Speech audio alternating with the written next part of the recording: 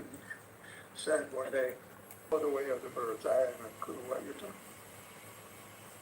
about." And Bodhi's answer was, Daido Luri said, "You don't meet anyone." Now this is in a Zen context where people are in monastic seclusion and they meditate all the time. You don't meet anybody. That's the way of the birds. Okay, so you could tell a story like, imagine birds, and then let the smart ones figure out what you're getting at. And if you took more coaching, you would say a little bit more. But finally, if they really didn't get it, he would say, "You don't meet anyone." So that's another debatable question, argument strategy. Number 5 is, you could let it be an open question while continuing to accumulate relevant data or evidence for both sides.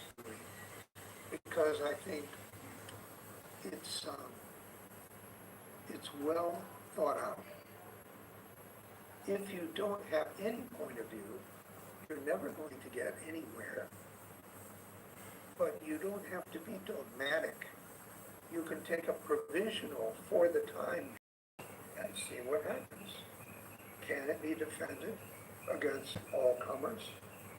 It's simple. It can be accepted any time.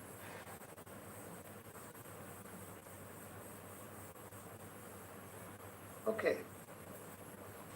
Some of the historical things are important if you like that data. But this is for you. Ask questions to discover your own real question. I know some professors of philosophy who give students a list of essay topics and make them pick one and do an essay on it. To me, I want to laugh out loud, LOL, when I hear this idea, because part of the fun of philosophy is discovering your own question. So if you force people to take a question from a list, you might get the assignment out of them, but so what? So let's go into this a little bit. Evidence and argument. Where can you get evidence? Now, I'm mainly thinking of our situation here at IBC. There are 3 places that it's easy to get evidence for your finding your own real question. Conversation in daily life about debatable questions. That's like you have some friends in the dormitory and maybe you're walking along toward the morning breakfast and you're chatting about this and that, and finally you have a disagreement about a philosophical matter and you recourse to daily life to make your point clear. Another way to find evidence is interpreting sutta. And secondary sources or expert opinion about what suttas mean. And you can slide into questions like, what evidence supports your view? Do you want to contribute to new knowledge or just repeat the old stuff? I hope my students will advance knowledge and think independently. What evidence supports the opposite view to yours? This is hugely important because if nobody would disagree with you, then it's not a very meaningful question or topic. There needs to be 2 sides, at least, if not 4 sides. There need to be 2 sides.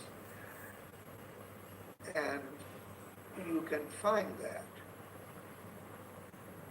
For your view to be meaningful, it must be possible that somebody could think the opposite. If they come against your view, in the information age, it's really easy to find somebody who agrees with you. You simply go online after you've finished your template, subject, topic, paper, title, thesis. You copy your thesis and put it in the search engine of Google Scholar, Google.Scholar. you see who has the same belief as you and who has published on it. You might want to save some of those links as notes, as endnotes for your developing paper.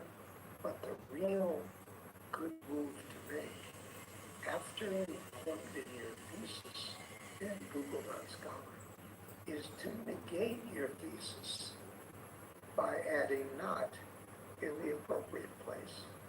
Then you can find people who wrote articles challenging your point of view. Pick the best one, the most authoritative one, not the one that's from a .com in somebody's basement, you know, Alex's one-stop philosophy shop or something like that. edu, org will show you that source is from an organization. So these are usually pretty reliable.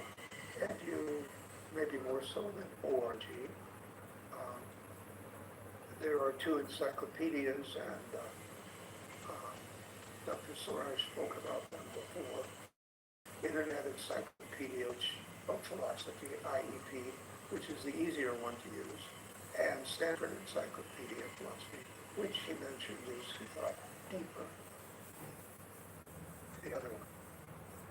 Stanford Encyclopedia of Philosophy has a lot of back and forth talk, a lot of dialogue, and Internet Encyclopedia of Philosophy just sets out the meanings, quick, neat, and simple.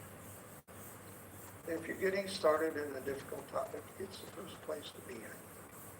But if you stay there, you won't be challenged. So probably you need both. The third point here about finding your weird question. What if you discover that the evidence is more impressive for a different view or opposite view than yours? This is important, this point. One thing that could happen is you change your view, or you might decide to find more evidence for your view. Vision and revision of your template and main argument are both fine. I see it and I revise it. But it's an art to know when to make a change. I wouldn't do it quickly if I've invested time and energy into developing a first draft of an argument. I would look to see if it's really necessary to change fundamentally what I said was my thesis. That's up to you. If you're stuck, I'm always available to talk to you in the office.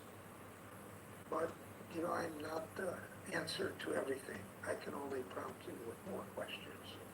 In the end, it's got to be your decision. Because if I decided for you that it's not your paper anymore.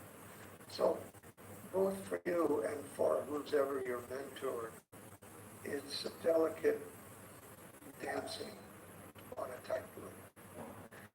If you change too quickly, then you're always going to change. Every time you get a little feedback that you want thesis, you've never finished the job, right? But if you're like, I'm never going to change, you know, I stick to my guns. I'll stick to my guns until the very end. End of what? You know, too funny, right? Stick to your guns. Okay. You remember the Kalama Sutta? It's so often quoted, but most people only remember the first part. Don't believe because of report, tradition, or hearsay, but only because you have known and seen yourself. However, the last part says, and don't forget to consult the Vinu. Who are the Vinu? The Vinu are the wise ones. We talked before about pre-Buddhistic thinkers. There were a lot of these thinkers, and they were struggling with questions of practice and Dhamma. A wise person considers various points of view, as the Buddha did, and guided by their own experience, will formulate a logically defensible point of view that is also, as Jack Cornfield says, a path with point. The examples that follow below, I'll show you some of my students struggling with these formats.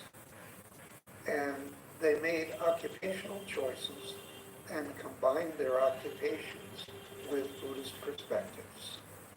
Please think whether and if so how you could do this occupation-based Buddhist philosophizing in your own life. And here are the examples. Oh, welcome, Dr. Soares. Please feel free to interject whenever you want to. And I will stop for questions a little bit. Okay. The first example is from a student who was actually a dentist. And in studying the suttas, she found a sutta that said that a cause of bad breath may be found in past lives. Now, this was a real question for her because one of her patients kept coming back and back with halitosis. She's a dentist. She's supposed to know what to do, right? This is science. And her template was, okay, Buddhist psychotherapy and counseling subject. Topic, Buddhist counseling for patients with halitosis. Paper title, Karma and Counseling. Thesis, a cause of halitosis may be found in past lives. That's explained. Now here's a completely done template. But there was a backstory to how she got that. In the next example,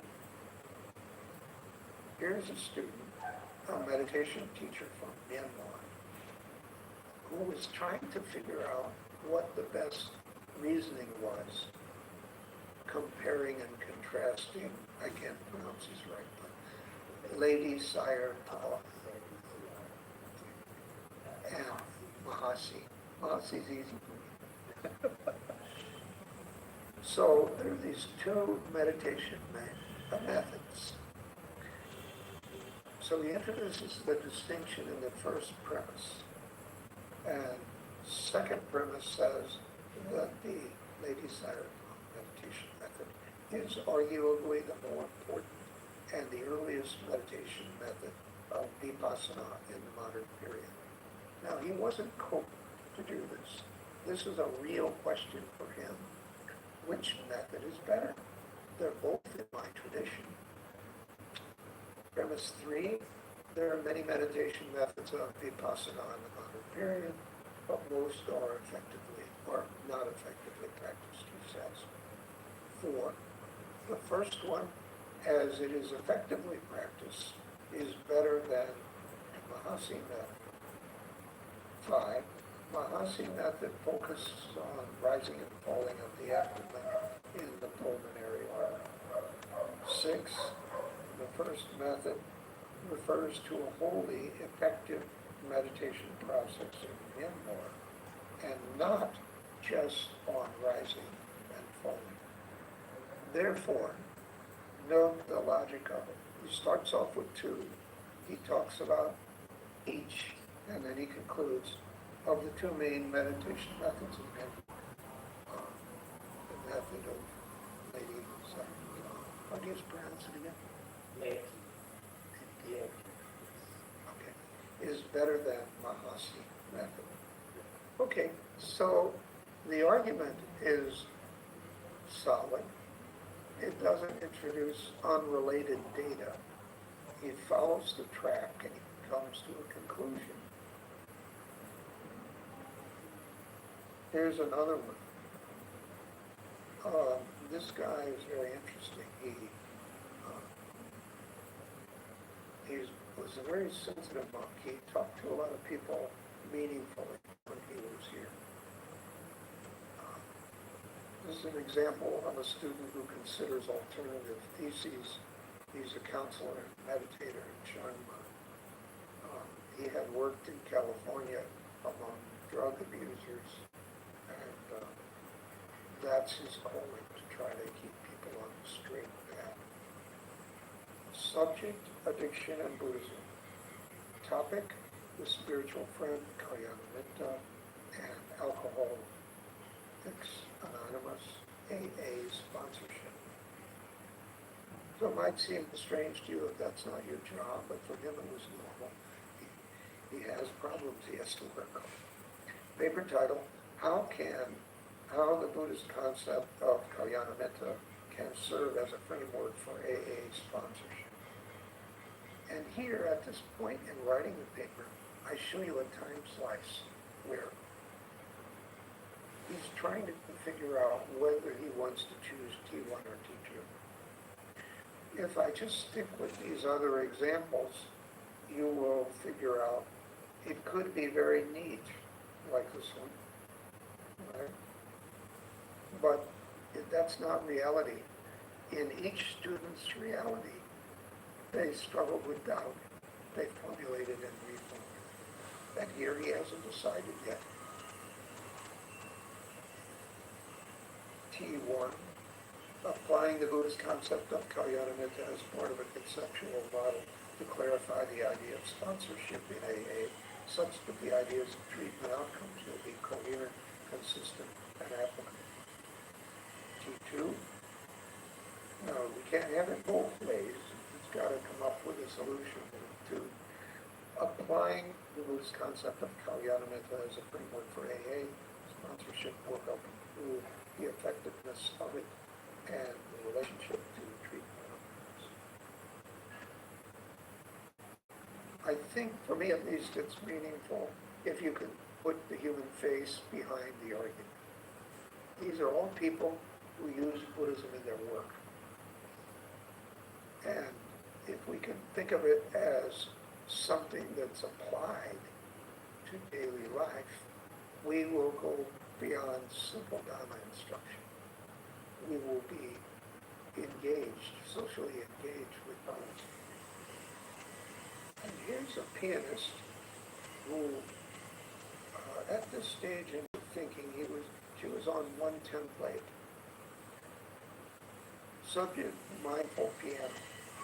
Topic, mindful piano finger exercise practice. She developed this concept of mindful piano to teach her piano students. Paper title, On the Concepts of Buddhist Awareness and Piano Finger Exercise. Thesis, the slow practice of piano finger exercise is a useful, optional, preliminary tool for facilitating the initial mindfulness practice of mind. Now, the same person today is a lecturer in 3 area universities, 2 of them quite famous. So I might say that for her, applying Buddhism to daily life was one of the strong points that led to her success. What do all these students have in common? What do you see? Before I go into my thoughts, I want to ask you.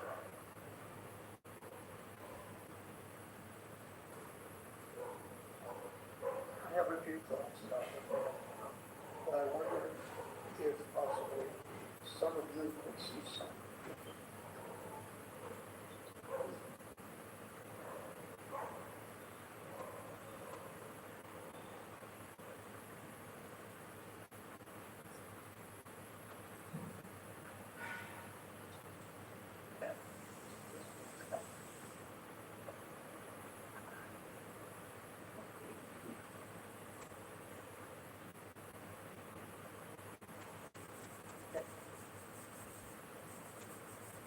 So I'll recap and see if you can see anything. Just go quickly back. So we had a pianist using mindfulness exercises with students. We had actually let's say it bluntly, he's a He's a drug counselor and Alcoholics Anonymous counselor. And we had a Myanmar teacher wants to decide which of two traditional methods were best. And we had a dentist. So what do they have in common? What do you see they have in common? Anything?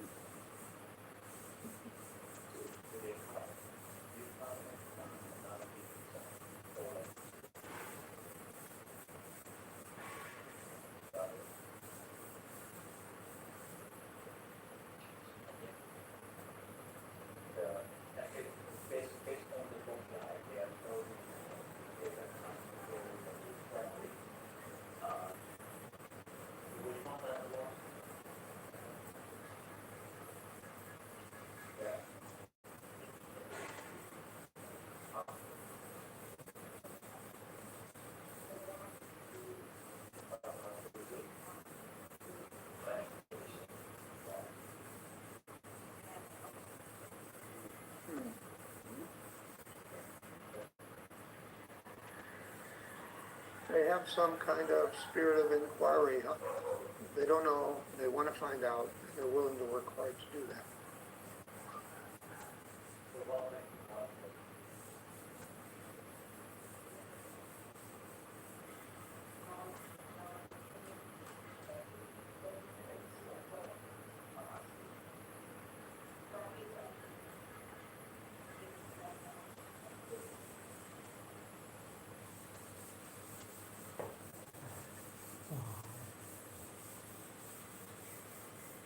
That's it.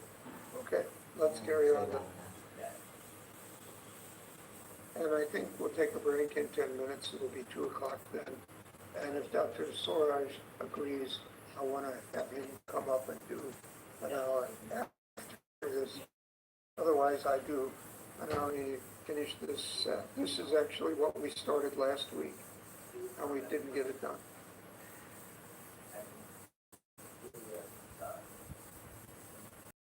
So I give you my idea. They are not afraid to take a risk and think outside the box. They look like the one-note piano. Somebody might think that's pretty nutty, but no, it could be a way to help your students. There have been innovative techniques. I guess there was this musician named John Cage who had a famous silent performance. What we think is nutty, like, could be really helping somebody. And they have ways of helping people in everyday life by combining their occupation with thinking and those other things. Okay, so let me give the review and then I'll stop on this slide. Now we take a break.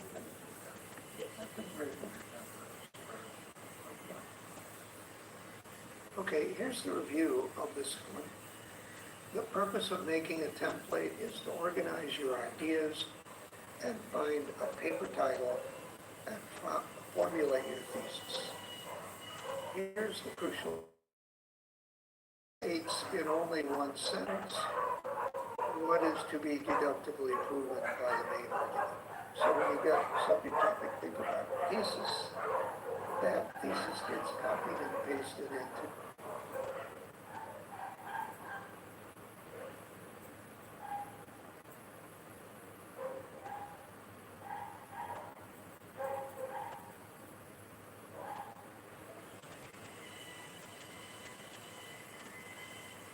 Recording in progress. Page of your document. Your name, paper title, and then when you get to thesis, that goes both in the first paragraph, where you're stating what you're trying to prove, and in the last paragraph, where you say what you did prove. So making it a main argument.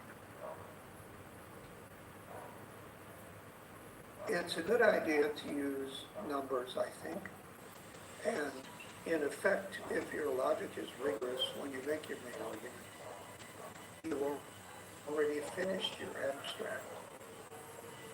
Many people fall down about the abstract. I don't know why they think it's so hard. If you made a good argument, you just take away the numbers and that paragraph becomes your abstract with minor modification. People who fall into difficulty haven't thought structurally about what they're doing. They just ramble. And if you just ramble, that's what you get, rambling. Okay, let's keep going.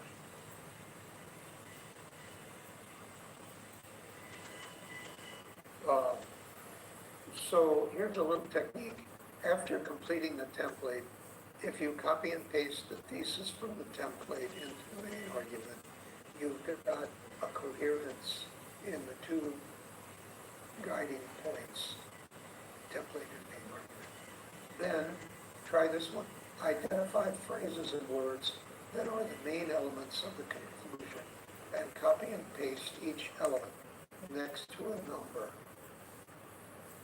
Next, think upward from the thesis and build the premises of the argument into complete sentences, such that the conclusion of the main argument logically follows. Now, all the main elements in the conclusion are in one or more premise. This is essential, for in logic you can't suddenly have a component of the conclusion to appear without it first being in one or more premise. Otherwise, the conclusion doesn't follow. Basically, in logic, you can't produce a rabbit from a hat. Here's the biblio, 2 books, some sutta, and some diagrams I took from Wikipedia pages. Okay, so that's what I wanted to share with you today. And I think by the time you get to PPT 5, you will actually know how to write a paper structurally. And you can be confident that you will be successful because lots of students have done this. Not only here in Thailand, but for many years in America. I knew them. And some students of mine have gone on to good universities. University of Pennsylvania, Princeton University, and other universities. And one of the things they told me was that the structural approach to writing was a key in their success. The other thing was reading abstracts. Makes your mind sharp. Okay, with that, I'd like to call a break, and after that 10-minute break, sorry for the minute.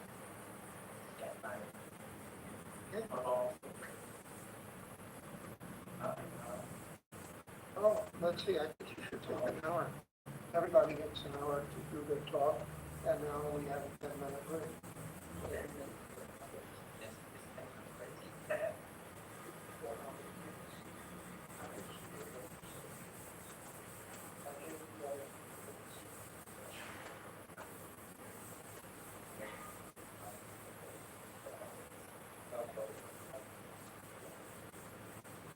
And should I take this one away? I don't know what I want, or what do you want to do? I think I want to take mine up.